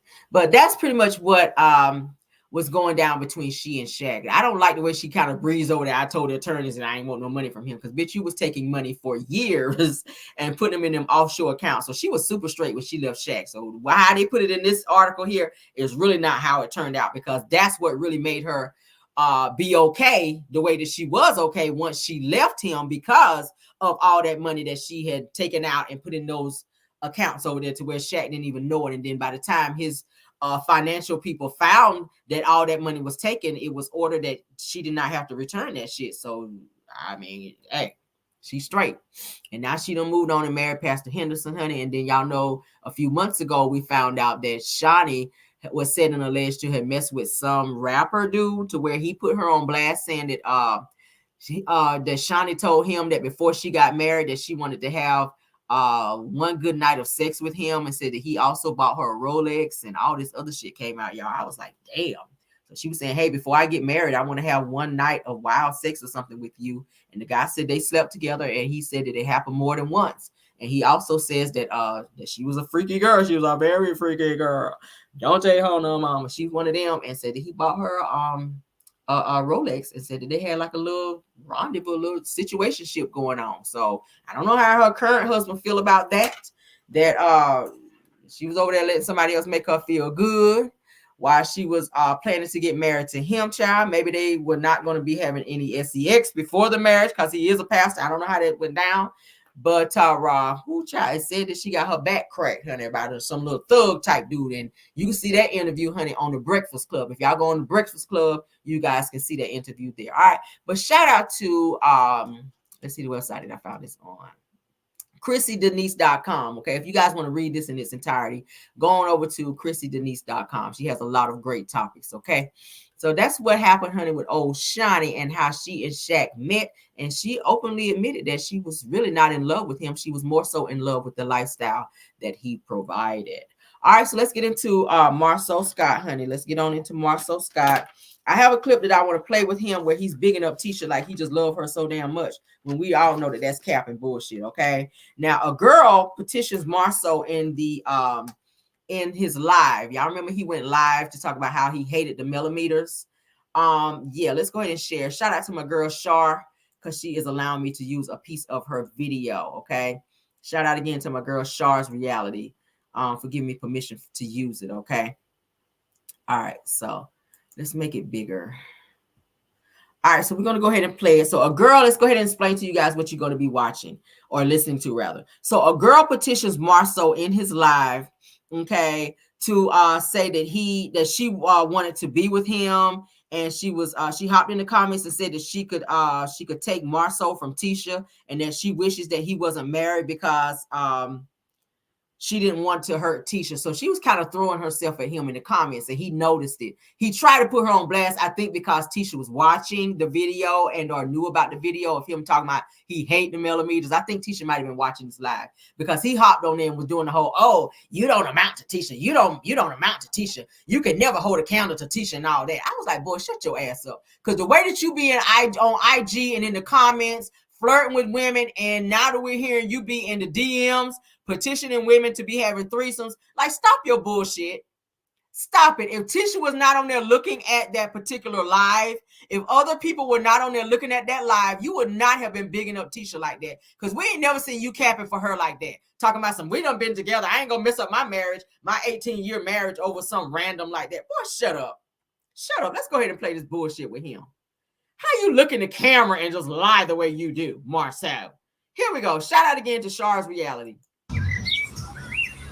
Who is this chick that keeps coming in here and saying stuff about, I'm gonna see her coming up again. She made 55 comments. And she's like, I wish you weren't married. I'm like, motherfucker, that's it. Nikki, Uzo, whatever. That's the same motherfucker that just came in and said, that's so sad that you're married. I'm like, when people say that, that means I don't give a fuck if you're married or not, right? But then she comes back and she says, like, oh, I just don't want to hurt Tisha. Sweetheart, Tisha would beat you in anything. In anything. I don't give a fuck what it was. Basket weaving, running, jumping jacks, goddamn, fishing, anything. There's nothing you're better than her in. I don't want to beat Tisha. Like, get the fuck out of here. Get the fuck out of here. It's not a question. You might be able to be better than a Tisha in your hometown, or a Tisha that you knew before. There might be a Tisha. Actually, I don't think there's a motherfucker named Tisha that you can be. I don't think there's anybody near Tisha that you can be. I don't think a motherfucker name that starts with L or T you can fucking be. Pun intended. Right. Boy, bye.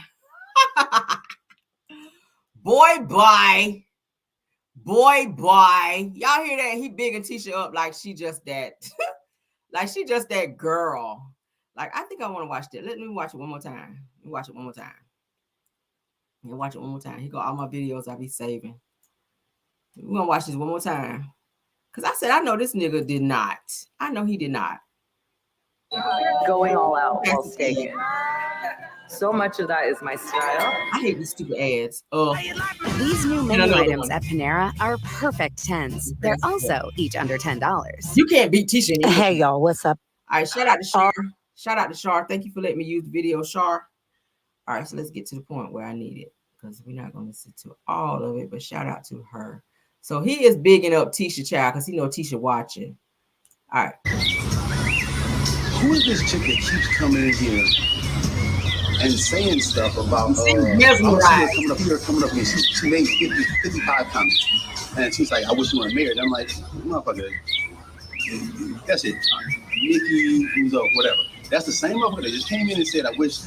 That's so sad that you're married. I'm like, when people say that, that means I don't give a fuck if you're married or not, right?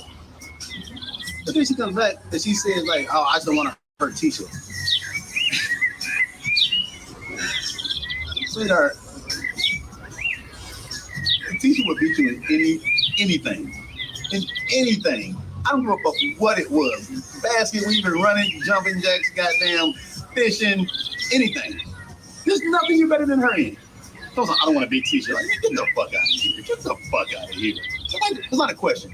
You might be able to be better than a Tisha in your hometown or a Tisha that you knew before. There might be a Tisha. Actually, I don't think there's a motherfucker named Tisha that you can beat. I don't think there's anybody near Tisha that you can beat. I don't think a motherfucker name that starts with L or T you can fucking beat. Pun intended. Right. Hey y'all, what's up? It's your girl. I bet y'all, and I saw somebody put it in the comments, I bet y'all he reached out to that girl after the fact. Because that's what he do. And I've seen him in comments before, you guys.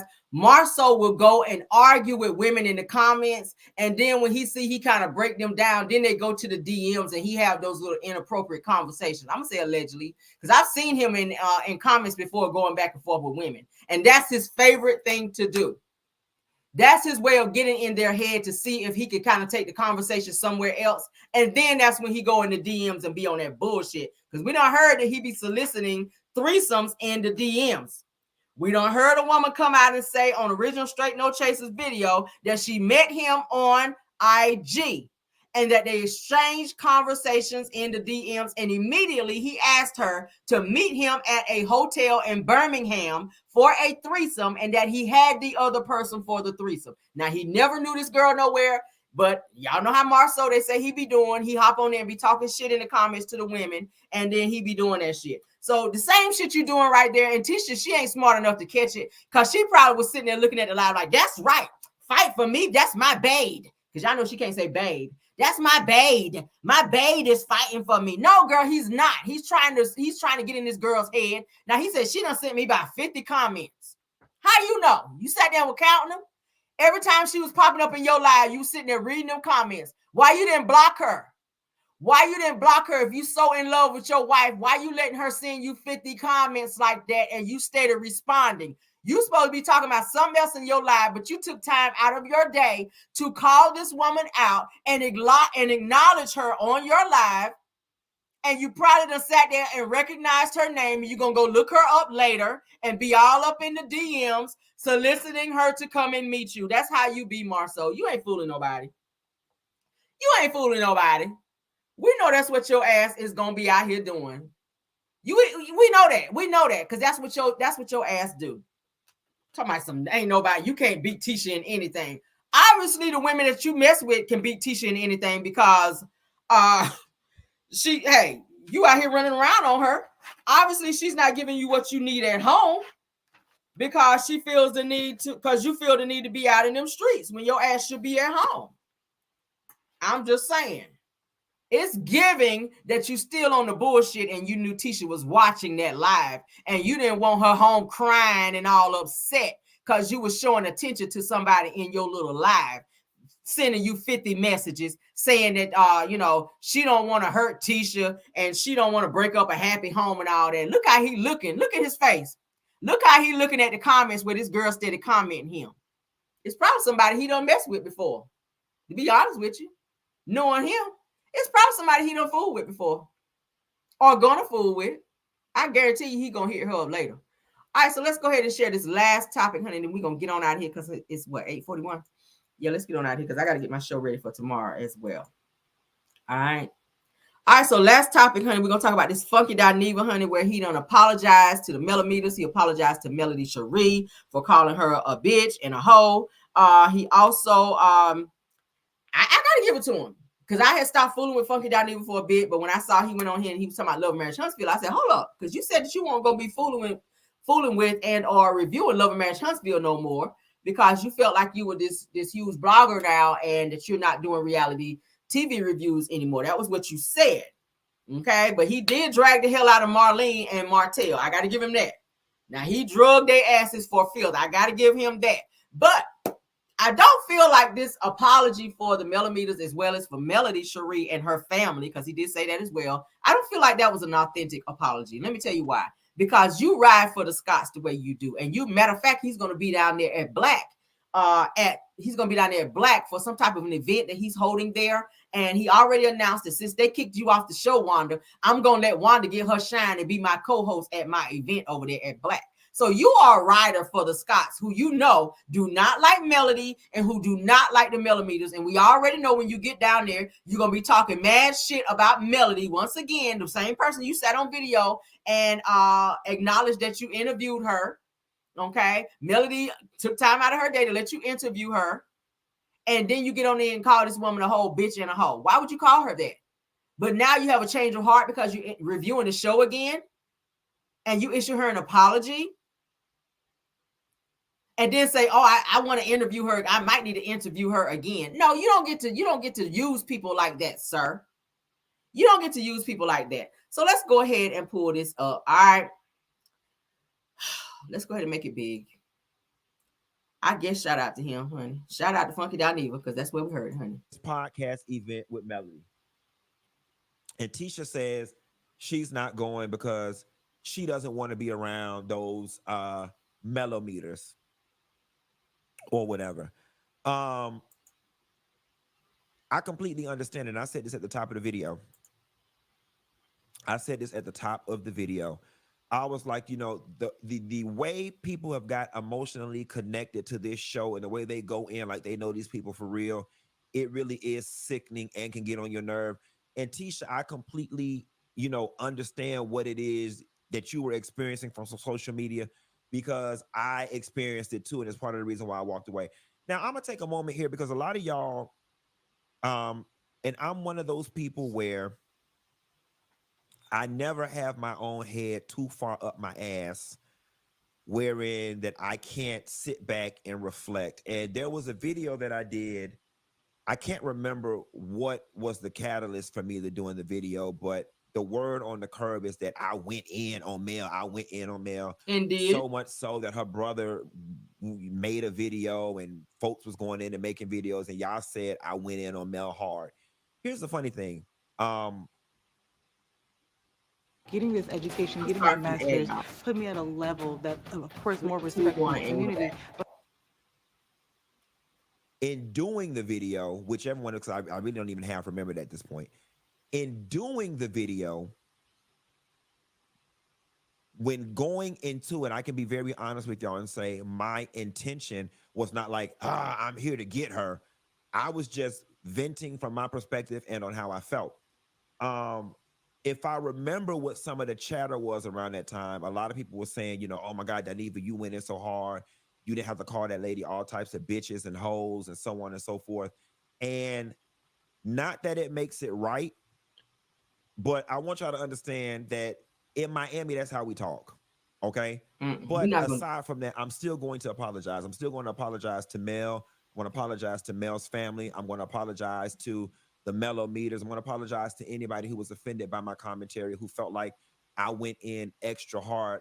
And I'm telling y'all, charge it to my head and not my heart, because again, my intention was not like, oh, I hate her, let me just damage this woman. That's just how we talk when we get excited in Miami. And I know everybody may not understand that, and that may not suffice as an excuse for some people, but that's just what it was. I think where it got frustrating for me was people tried to tie in the fact that because I had gone to Black and had a night or two of drinking at Black, that all of a sudden I was in the pocket of the Scots or whatever. And now I'm coming at, and see, for me, that's when, for me, y'all get to the point where y'all doing too much. Okay. I've been doing this for 13 going on 14 years now, and I have not outlasted all your faves and still been the king in this space, not being able to be objective. Y'all learned that word bias and y'all ran the shit into the ground. I said, you know what? Well, I'm gonna let y'all have it then. I'm just gonna back away from the shit, because apparently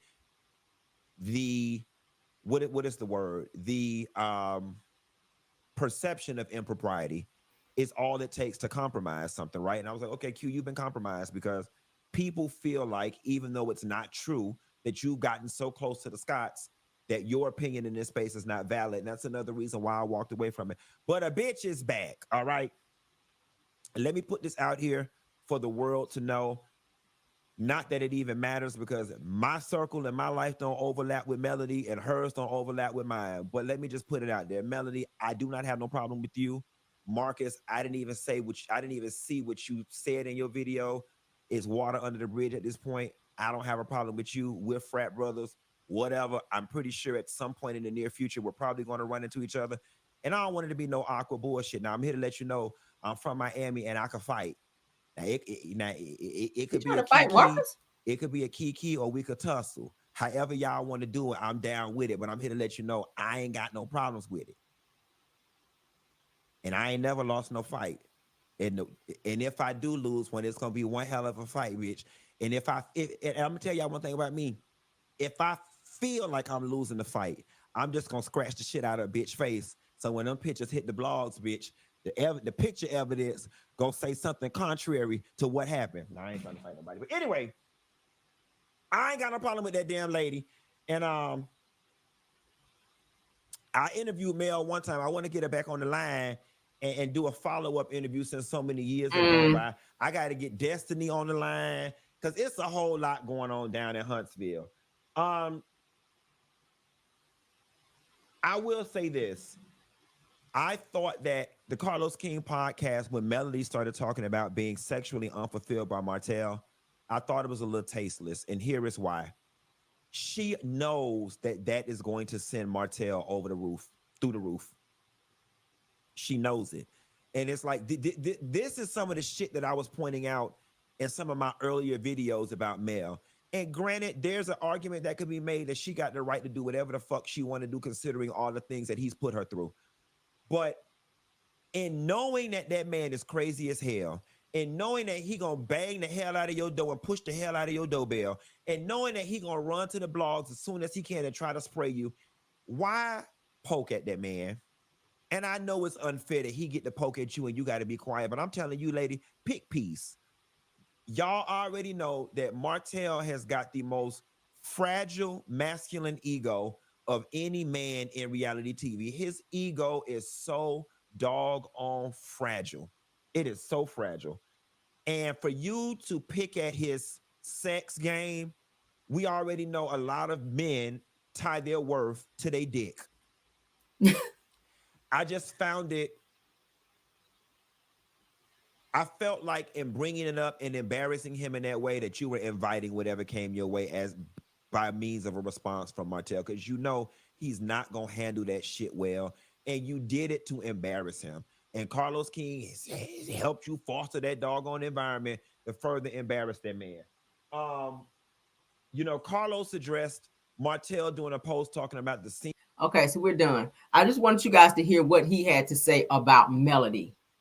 Okay, he did the apology. He I guess extended a fight to Marcus if he saw Marcus and it was up from there and they had words or whatever, and if it got physical, he made it very plain to say, hey, I'm from Miami and I ain't never lost no fight. So if it's got to be that, and if it look like I'm fighting or look like I'm losing the fight, I'm gonna scratch the fuck out of your face so that when it hit the blogs, it's gonna look like I whooped your ass, even if I didn't. Then he went on to say that Melody was being very petty and she was wrong for sitting up on the podcast and saying that Martell didn't please her sexually, that she did it in order to embarrass Martell, and that she never should have done that because whatever she got out of that or whatever Martell did after the fact, then she deserved it. So that's what he was trying to say. He also, like I said, after he did the apology to Melody, the family, the millimeters, whoever, he did turn around and say, oh, I need to get her back in here for another interview. Melody is not about to be coming interviewing with you again after you done set up here on your platform and call this woman a bitch. Like, you literally drug her, and you don't sit up and try to blame it on the fact that you are from Miami. I know people from Miami that don't talk like that. I know people from Miami that don't address people in the way that you address this woman. You got to hang it around the Scots, and they got to whispering in your ear how they really feel about Mel, and you got to hearing about all the stuff that was going on the show and after the show and behind the scenes of the show, and you allowed yourself to be a puppet master to what they had to say. You was hanging around Wanda down there. You was hanging around with Marsau, which always got something smart to say when it comes to Melody. And you allowed yourself to get sucked into some bullshit. And then you sat up on your platform and you spoke negatively about this woman. And then now you want her to come back for a second interview. I don't see her doing that, even though you apologize. I mean, if she accepts the apology, I mean, thank you for dragging Marlene and Martell, because that needed to be done. Thank you for doing that. But no thank you for the apology that I feel is very lackluster. And I feel like you did it for a certain reason, for your own self-gratification. That's what I feel like. I feel like the apology was for your own self-gratification, because you're looking for something in return. And now Carlos has already put a post out there saying, oh yes, Funky Dineva is back. Funky Dineva will be reviewing Love and Marriage Huntsville again. So now he's thinking, oh, we got another big blogger out here who will be repping and capping for the show, since a lot of the other bloggers have announced that they're going to be blacking out and not supporting the show. So he's happy to have Funky Dineva back on his team, I guess, again, and in in cahoots with him. And of course, he's in cahoots with the Scotts, because like I just said, they do have an event coming up the weekend of Memorial Day where they're going to be having something popping off over there at Black. He's telling people to get their tickets. And he says since Wanda got kicked off the show, he is going to give her some clout and make her his co-host of the particular event. So same bullshit. So you apologize in the mail, but you're going to be down there talking shit about Mel, and we just know that. We just know that. You say you want to interview Destiny. I'm pretty sure she will. And it's going to be the same bullshit that she say in every freaking interview about how this person did this and that to her. And she want to talk about Sonny and Moses still. We don't care. Bottom line is, Funky Dineva, I think that the apology was not giving authenticity. Okay. I just don't. And that's my personal opinion. And goodbye. Okay. Shout out again to him for the footage, but I don't know. I'm feeling, I just don't feel that he was being 100% in his apology. I just don't. But what do you guys feel? Y'all can put it in the chat of how you guys feel. It says, what were these numbers for the episode? For episode 1? I'm gonna have to pull up TV Deets and see. Let me see if it's out. I don't know. Let me see if TV Deets is out. TV Deets. TVD's ratings for Love and Marriage Huntsville. Let's see.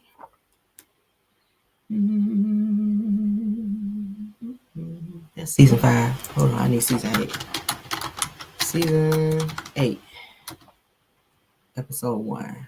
All right, let's see if it's in yet.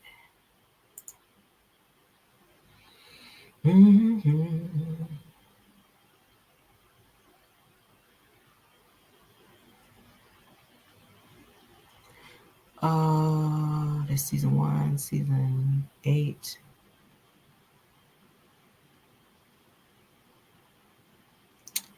Okay, that's old. It's old. I don't think they got season 8 out yet, y'all. Oh, yeah, they do. Low. They low. Let me go ahead and share. Let's go ahead and share. They do have the TVDs out for episode 1. They low. Carlos King, we told your ass, didn't we? Didn't we tell your ass, Carlos King? Oh, close that. Can y'all see? Yeah, we got it up here. Only 278,000. May 4th, season 8, episode 1. Love and Marriage Huntsville season 8 ratings. For episode 1, May 4th. As you guys can see, only 278. That's low for the season premiere. For the season premiere. Can't even lie about it. I pulled it right up. That's TVDs. TVDs. It came from TVDs. All right. TVDs is never wrong. All right. Yes. Marsau, you might want to go ahead and do another video, honey, to retract. You want to go ahead and retract. See? Y'all blacking out did something. Y'all blacking out did something. Carlos, we ain't heard from you, sir. We haven't heard from you, Carlos. You said you're not worried about it. He said every single time they've blacked out, I had the highest ratings on my show. The ratings were the highest when the millimeters were talking about blacking out. Well, according to the TV deets here, it's not showing that so much here, Carlos. Okay. Only 278,000 people watched the season premiere of your show. What do you think about that, sir? Y'all looking at it right there. Y'all looking at it. Y'all asked me to pull that shit up, and it's up. It's up. Carlos, I need you to go live. Marsau, we need you to go live. And you said that we ain't stopping nothing, that everybody's, all the millimeters are psychos and they crazy, and it don't matter if y'all black out, that the show is still going to be a success. Well, 278. And there you have it. And there you have it. Now let's compare. Of last season, okay? So this is season 8, season 8, episode 1. Now let's go back up and look at episode 1 of season 7. Okay, what is that? Season 6? Hold up.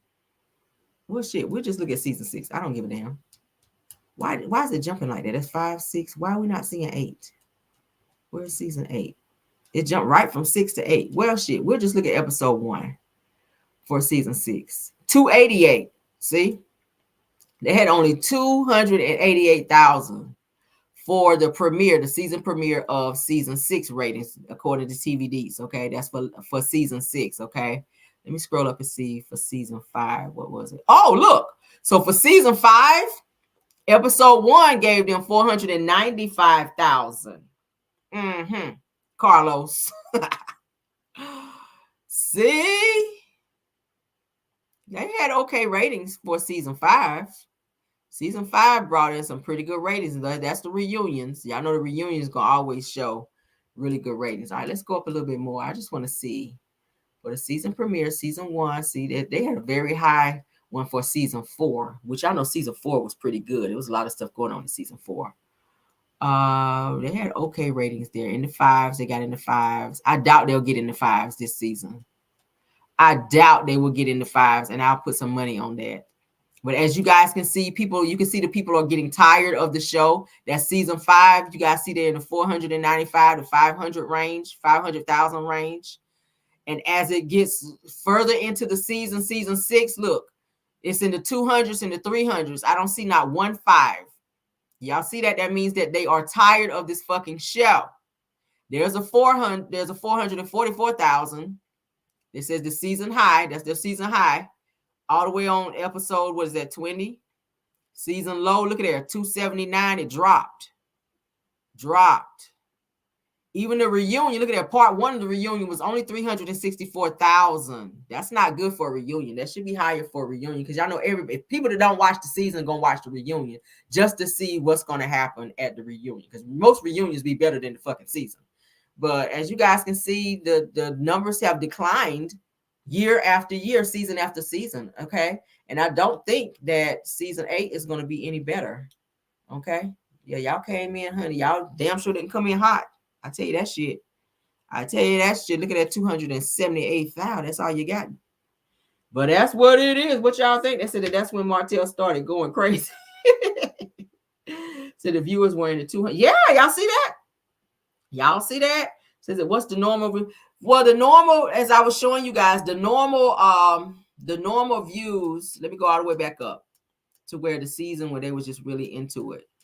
That's season 4. So it only showed the TVDs are only showing season 4. So as you guys can see, season 4 was a very good season for them because they were in the high 4s and the high 3s. Okay. And even they got some 5s. Okay. Some 500s, 572. Look at that. I bet you they won't see none of those numbers for season 8. I promise you they won't. Look at that. For season 5, like I said, high 4s. For the season premiere, for the episode, the season premiere, 495,000 people were actually watching the show. People have stopped watching because they're tired of the same narrative, the abusive situations and stuff like that. With Martell acting out and he's still being allowed to come back, people are tired of it. So it's not the same. So it would not surprise me if Melody go ahead and bow out gracefully and start doing her own thing. I told you guys she's not promoting the show at all. We have not heard her promote Love and Marriage Huntsville not one single time. not one single time. And the show is in one season. I mean, one episode already. Usually going up into it, Melody will go live and say, hey guys, the show is coming back on. Please watch the show. Da, da, da. Yeah, she has not done that. She don't give a fuck about this show no more, I guess. She just gonna show up and get her check. She just gonna show up and get her check. Season 6, you guys, as you guys can see, the numbers are declining. I just showed you. This is TV Deets. You guys can pull it up at your leisure if you want. TVDeets.com ratings. Just look up Love and Marriage Huntsville. But their highest for season 6 is 444,000. And right back down, look, it plummets right back down to 361, and it drops again to 293. And then it goes up a little bit. Don't know what happened there. Somebody must have gotten into a fight or argument. 346, and then it drops right back down. So Carlos, your ratings aren't looking good, sir.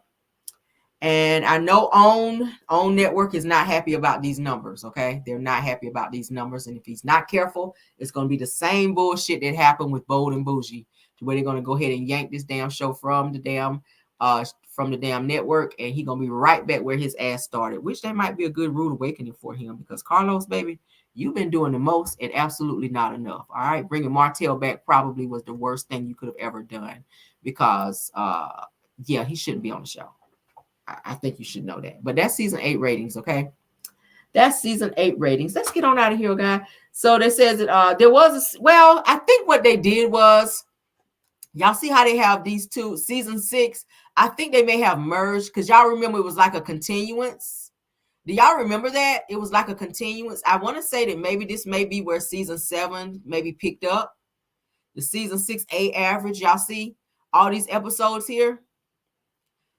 Because y'all know for one of those seasons, like they didn't start over. They were saying like season, like episode, like what, 14 and all that. I don't think it goes up that high. So I think what happens is, and from what my understanding was, is that Carlos did not want to renegotiate contracts. So they just kept them in the same season.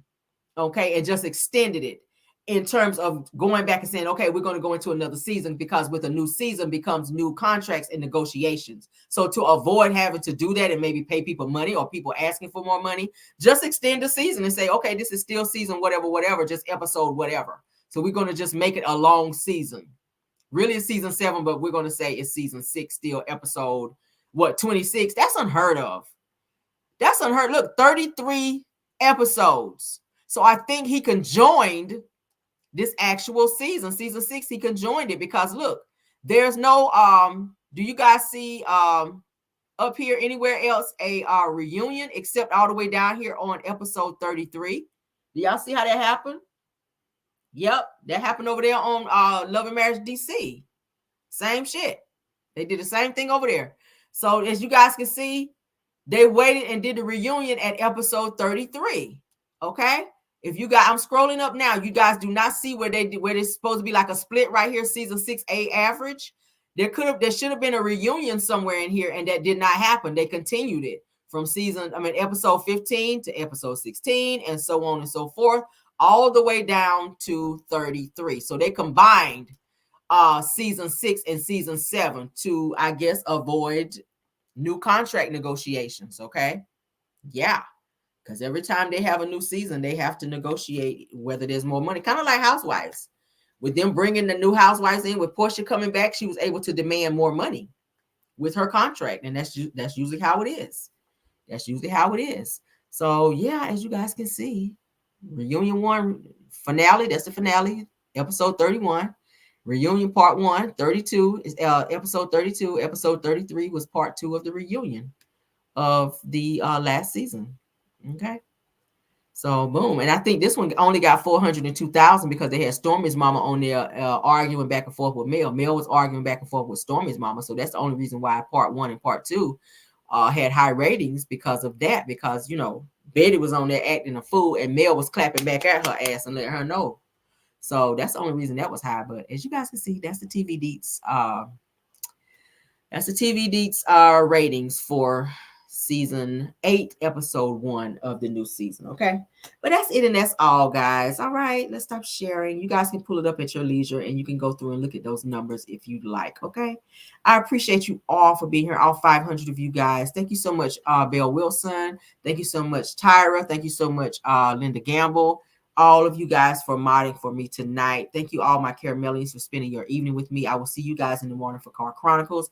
Thank you so much for all of the content creators that joined us tonight too as well. I think it's Chronicles with Kim K. What is it? T something TV. I can't remember names. I'm so bad with names. T something podcast TV.